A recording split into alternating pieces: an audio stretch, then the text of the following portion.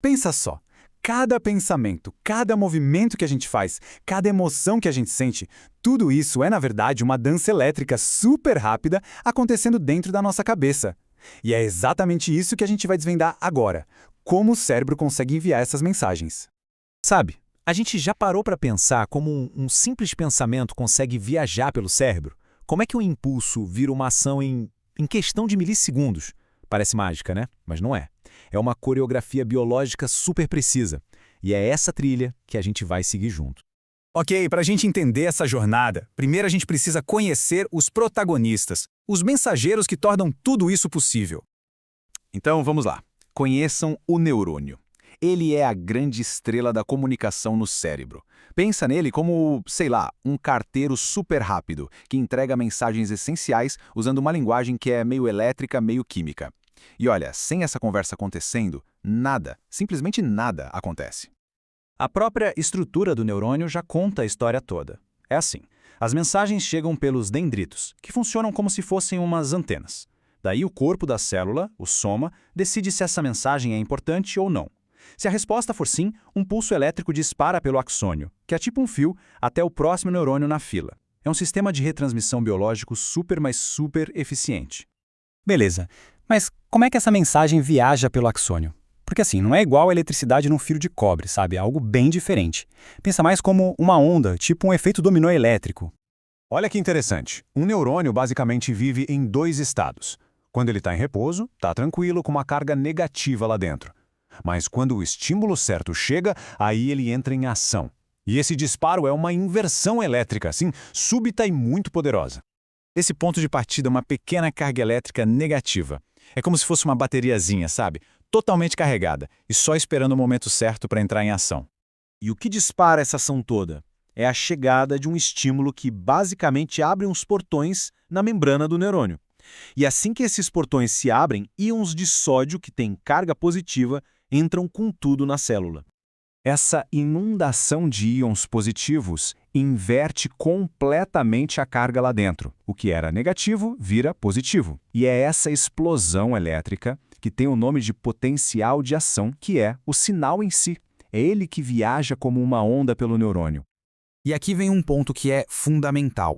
Um neurônio não dispara mais ou menos.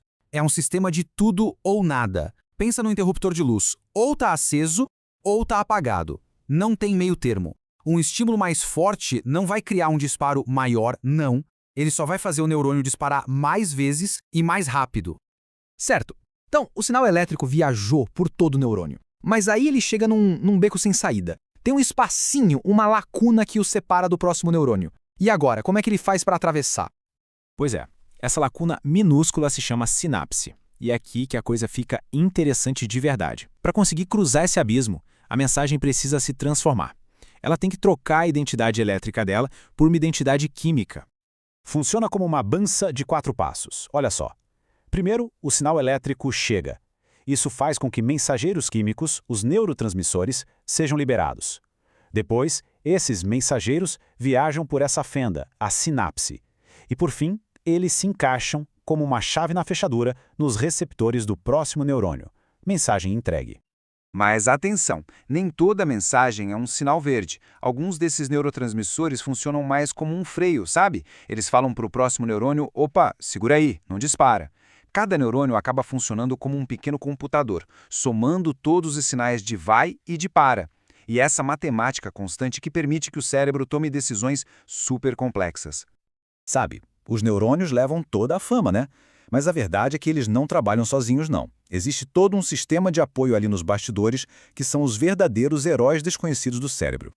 E olha só que fato impressionante. Para quase todo neurônio que a gente tem no cérebro, existe uma célula de suporte, chamada célula glial. E elas não estão ali só para preencher espaço, não. Elas são parceiras essenciais nessa história toda de comunicação cerebral.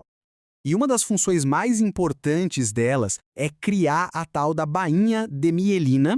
Pensa nela como se fosse o isolamento de borracha de um fio elétrico. Ela impede que o sinal elétrico escape e, o mais importante, faz com que ele viaje muito mais rápido.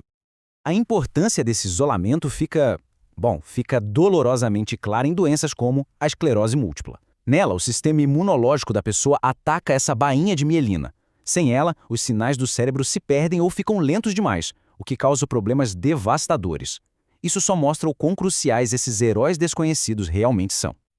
Ok, agora que a gente já entendeu a mecânica desse sistema de comunicação incrível, surge uma pergunta bem fascinante. O que acontece quando a gente hackeia o sistema? Pois é, essa tentativa de alterar a química do cérebro não é de hoje não. É algo tão antigo quanto a própria civilização. A gente vê isso desde as cervejas no Egito Antigo até o costume de mascar folhas de coca nos Andes. Os seres humanos sempre buscaram substâncias que mexessem com essa nossa comunicação neural. E isso tudo nos leva a uma pergunta central.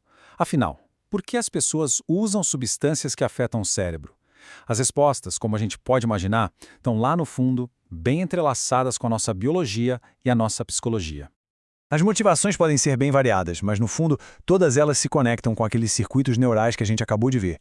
Seja a busca pelo prazer, a tentativa de fugir da dor, a vontade de melhorar o desempenho ou simplesmente a curiosidade. Todas são, de certa forma, tentativas de ajustar o volume dos sinais do nosso cérebro.